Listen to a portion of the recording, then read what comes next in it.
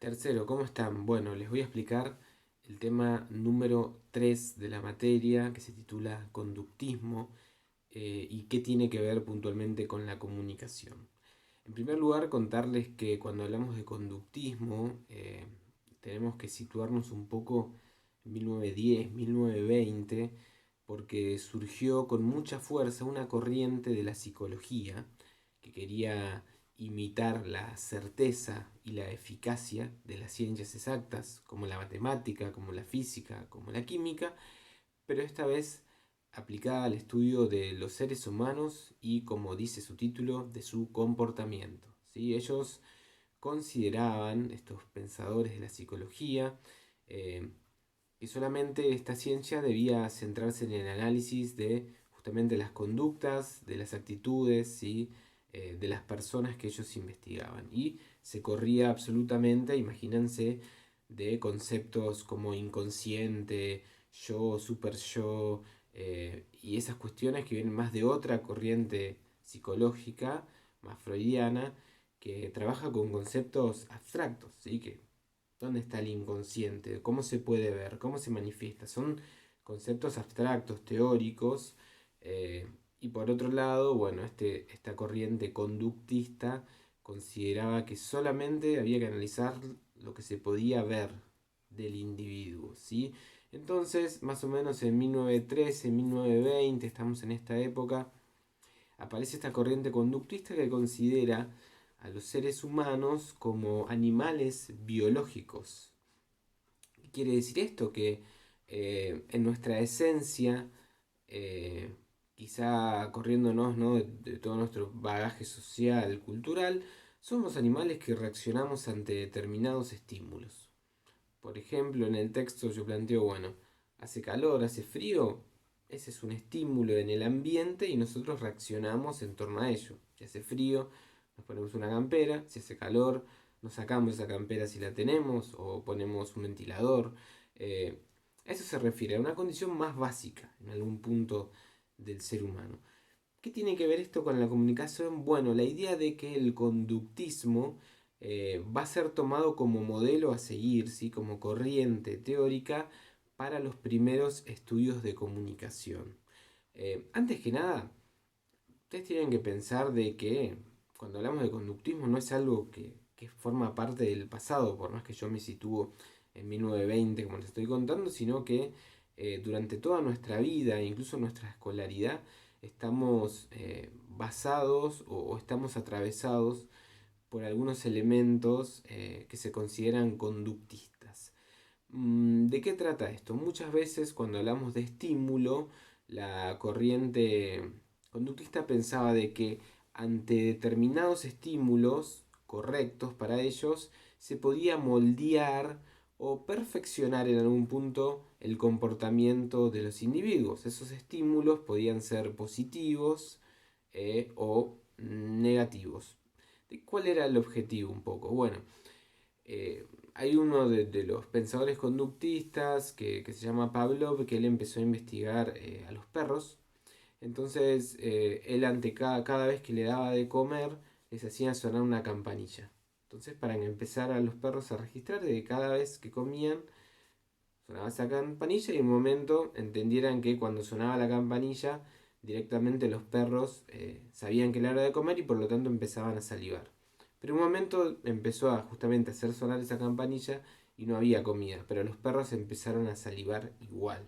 Entonces de eso se trata la idea del estímulo, de poder adoptar ciertas actitudes, sobre todo por repetición, con el objetivo de lograr determinados resultados o determinadas respuestas. Pensemos, si no, en lo que pasa dentro de una escuela. ¿Qué es la nota acaso? Bueno, es un estímulo. Te pongo un 9, te pongo un 10, es un estímulo para seguir bien en la cursada. Y un 1, un 2, un aplazo es un estímulo en algún punto para que se cambien esas actitudes. Pero podemos pensarlos en las crianzas, ¿no?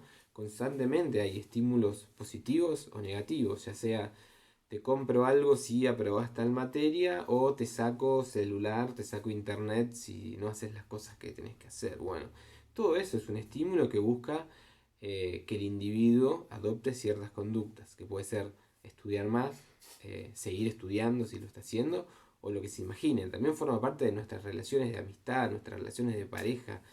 Siempre hay algún estímulo que uno espera a veces, o a veces espera de nosotros determinado resultado. Pero bien, vamos a la comunicación.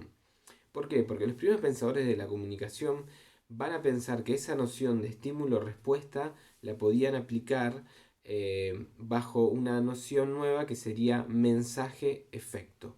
Ellos van a pensar que ante determinado mensaje de los medios de comunicación se podrían producir determinados efectos en la conducta de las personas. Básicamente sería, yo pongo un afiche publicitando la nueva serie de Netflix, ese sería el mensaje y el efecto deseado sería que la persona lo vea y diga, bueno, esta noche voy a ver esta serie que me están ofreciendo.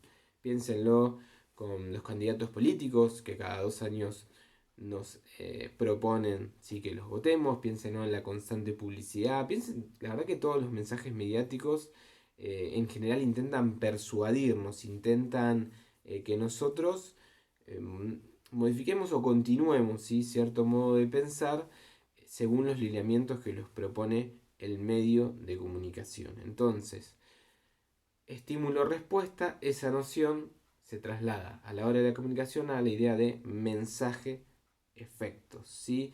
Lo que ustedes tienen que entender de esta parte del cuadernillo es que los primeros pensadores basados en esta teoría conductista consideraban que si un mensaje estaba bien elaborado y le llegaba al público, era factible de que se produzca determinados efectos en las audiencias. Atención con esto, eran como le daban a los medios de comunicación un poder grande, interesante, y a los espectadores un lugar medio pasivos, ¿no? de receptores, si te llega el mensaje, medio que lo vas a aceptar, lo vas a reproducir, vas a consumir, vas a votar al candidato que te proponen, vas a querer a quien quieren, ellos que quieran, vas a odiar a quien ellos quieren que odies.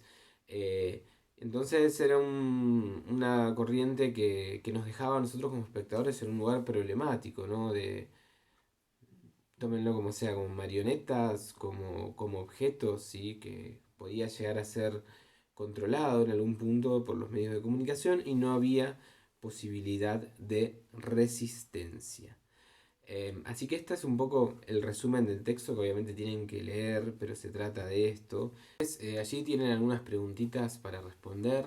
La primera es un poco que después de que leyeron y espero que hayan podido comprender el texto, me den un ejemplo propio relacionado con los medios de comunicación de cómo aparece esta cuestión del estímulo-respuesta o de un mensaje que busca determinado efecto. Hay de todo, hay miles, cientos de ejemplos. Me gustaría ver con qué lo relacionan. En segundo lugar, tienen que ver el video que les pasé, es un fragmento de la serie Big Bang Theory, donde está muy bien, es una serie humorística donde está muy bien graficado la noción conductista. Ahí van a ver uno de los personajes medio molesto con la chica que es la protagonista, con sus comportamientos, con su modo de ser dentro de su casa. Entonces lo que empieza a hacer es reforzar un estímulo. En ese caso el estímulo es el chocolate. O sea, él ante cada actitud que considere positiva de parte de esta chica, le ofrece un chocolate. ¿Cuál es el sentido de eso? Bueno, que la chica entienda de que como se comportó bien, va a recibir siempre ese chocolate, lo cual es gratificante, con lo cual va a considerar, según la teoría, seguir portándose de la manera que le propone nuestro protagonista.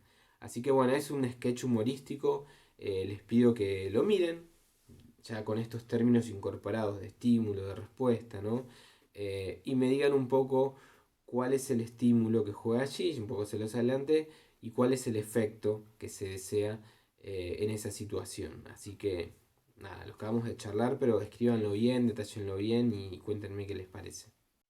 Bueno, la pregunta número 3 de vuelta tienen que ustedes aportar sus ejemplos en su vida, algún ejemplo donde juegue esto de estímulo y respuesta, o sea, alguna noción de conductismo que no tenga que ver con los medios de comunicación y otro sí donde aparezca la idea de mensaje-efecto. Eso tiene que ver un poco con agregar un ejemplo más a la pregunta 1, sería un ejemplo distinto, donde ustedes crean que aparece esa noción en su vida. La cuarta, atención, la cuarta tienen que mezclar teoría, explicación y argumentar lo que van a decir. Si la mirada conductista fuera cierta y los medios de comunicación tienen esa capacidad, ¿no?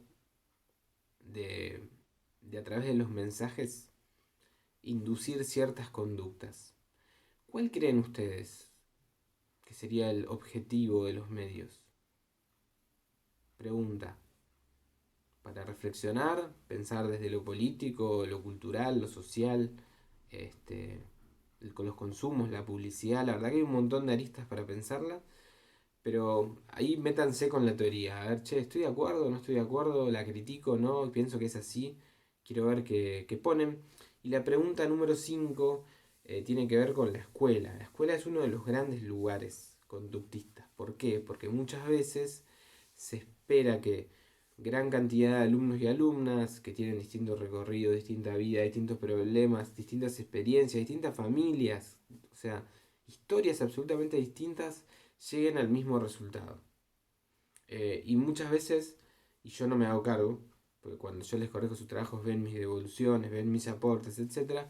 Pero muchas veces, eh, a veces se califica y se pone bien o mal, o incluso la escuela tenía comportamientos conductistas, ¿no? Piensen cuando estaban los castigos, vieja época, los corporales, que ya no están, pero digo, el andate al rincón, el hacer silencio, todo eso es un estímulo para cambiar determinada conducta. eh, y por otro lado hay otros docentes que quizás encontraron en su vida que intentaron correrse de esa lógica conductista donde la escuela se expresa, por ejemplo, en el timbre. ¿Sí? Un sonido como estímulo que implicaba poder salir del aula. Cuando sonaba de vuelta, volvíamos al aula. O, por ejemplo, cuando alguien se paraba cuando entraba el docente. Bueno, esos son comportamientos que estaban incorporados, que ya medio que ya se dejaron de hacer, pero que tenían su base en el conductismo. Entonces la propuesta de las 5 es que ustedes piensen en su recorrido de la escuela.